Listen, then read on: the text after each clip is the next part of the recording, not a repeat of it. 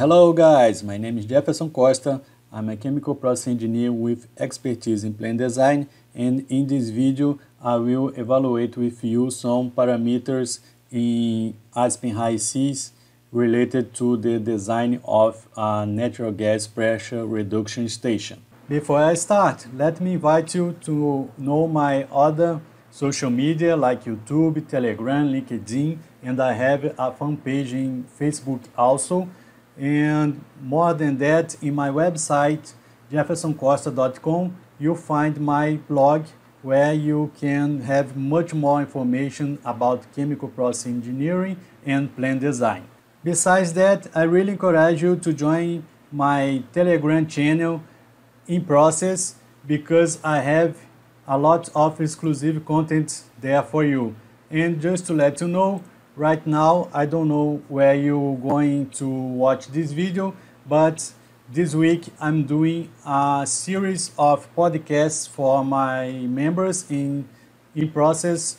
It is like a diary where I share with my members the day by day of a chemical process engineering, working with commissioning startup. So don't lose this opportunity to increase your chemical process engineering skills. To start this video, I will first explain to you the process of a pressure reduction station, and I will talk about some issues and design bases that we use to operate and start up a system like that.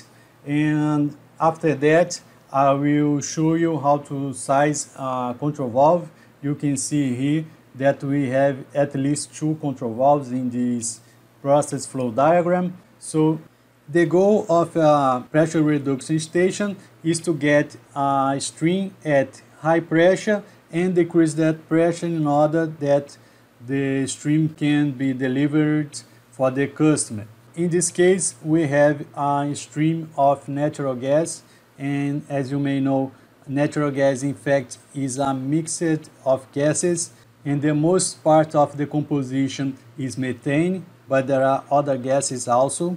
It depends on the source of the natural gas. And we receive that in tube trailers. So we have a truck with a set of cylinders filled at 240 bar G. And we need to deliver for the customer the natural gas at 4 bar G and in a flow of 2,150 normal cubic meters per hour. And an observation here, it is very important to observe in your project the design basis for your gas stream volume, because every time that you inform for someone the gas flow in volume, you need to set what is the temperature and what is the pressure for that information. The battery limit of the pressure reduction station begins in the NG 101, and it represents the connection with the tube trailer and the natural gas compressed or compressed natural gas, and this process finishes at the battery limit with the customer that is represented by the NG 400, and we have also a stream of liquids at the vessel separator. For safety reasons, we have an on-off valve here, and it means that it is here only to let the gas pass through or not. If something gets wrong in the reduction station and we need to cut the supply of natural gas, the XV is the first valve to shut down and close the pipeline. Downstream of the XV, we have a PV valve, PV 201, and this tag means this valve is a pressure control valve. And to know more about the instrumentation tag and instrumentation numbering, you need to go to my class about how to start reading PNID, and you see an alert here right now in the top of the screen. And the first issue reducing pressure of a stream, a natural gas stream, the stream temperature decreases also, and if you don't choose the correct material, you may rupture this pipeline because of lower temperature. So the first thing that we should do is set a pressure where the temperature decreases fits for our piping material. The most common piping material is carbon steel, and we have also stainless steel. The difference about each other is the composition, and because of that we have different prices for different materials.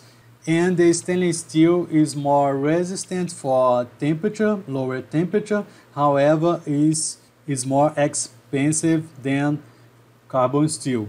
And depending on the carbon steel composition, the minimum temperature that a carbon steel pipe can reach is minus 29 Celsius, while stainless steel can reach values below minus 100 Celsius degree. And we have another issue also, that is when we reduce too much the gas temperature, we may liquefy the stream, and we will need to add a external source of energy to vaporize that again, because what the customer wants in the battery limit is gas, and not liquid. That's why we have a shell and tube heat exchanger here, and that's why we have a vessel separator also, because if we have a disturbance in the heat exchanging system, two phases flow will pass through the heat exchanger and it will reach the vessel separator, and if the vessel separator level increases too much, we will shut down the plant to avoid feeding customer with liquid. And because of mechanical issues related to the control valve, we have a second step of depressurization, and this time, although we will depressurize again the natural gas, our main goal is to control flow instead of pressure, because as you can see, the tag for this control valve is FV. The heating system is a closed loop where we have a pump installed to give the necessary head to the system in order that we can keep recirculating the water, and we have a source of heating to increase the water temperature to the heat exchanger. In this simulation, the source of heating is not defined. Here we are interested only in the heating value, but we have at least two options here. The first one is to adding an electrical heater, so the water go from the pump to the electrical heater, and with resistance like a shower, the water temperature would increase and feed the shell and tube heat exchanger. Another option is to have a burner and a water bath here. In this case, we need to have a source of flammable gas to keep the burning always on. Choose between an option or another is a matter of economics, and it depends on not only the capex needed to buy the equipment, but also the opex to operate the equipment. And in this case, I'm working in commissioning for a pressure reduction station that have a water bath heated by a burner. Now I will show you some values, and I will discuss with you some issues related to safety and to operations. First of all, let's verify the decreasing pressure downstream the PV201. The table for the stream NG200 shows us that the temperature downstream the PV is minus 24 degrees Celsius, so this is above minus 29 Celsius, and because of that we can use carbon steel in this process, and this is the reason why we choose 400 bar G in this system. You can see if I decrease the pressure downstream the PV, for instance for 30 bar G, downstream temperature of PV will be minus 30 Celsius degree, and I would need to change my material. Now let's evaluate the shell tube heat exchanger. First, see that the temperature downstream of the heat exchanger is 50 Celsius. And you may ask yourself why we choose that temperature. And the answer is that we don't want to have condensate in the stream, and we want to have a safety margin from the saturated point. If I delete temperature and set the stream as saturated, we identify that the saturated temperature for this pressure is around 40 Celsius degree. So in order to have a safety margin from the saturated point, we decide to increase the natural gas temperature to 50 Celsius. This way, even if I have a disturbance in my process, I have a margin to operate the plant without forming condensate. And based in the NG 201 temperature, I can define my heating exchanging system, because I need to have a hot water supply with a temperature above of the NG 201, because the approach in a countercurrent heat exchanger is the difference between the hot fluid inlet and the cold fluid outlet. In this case, we have here the hot water supply at 55 Celsius, and we have the cold temperature of natural gas at 50 Celsius. So the approach is the difference between these two numbers, and in this case we have 15 degrees Celsius of difference. And if you have the temperature of the natural gas at the inlet of the heat exchanger and downstream of the heat exchanger, and have the hot water supply temperature, and defining also how much cold the hot water will return, the system calculates the necessary water flow to do this heat exchanging. And once I have the hot water supply and hot water return temperature and the flow of hot water supply, I can calculate the energy needed to increase the hot water temperature.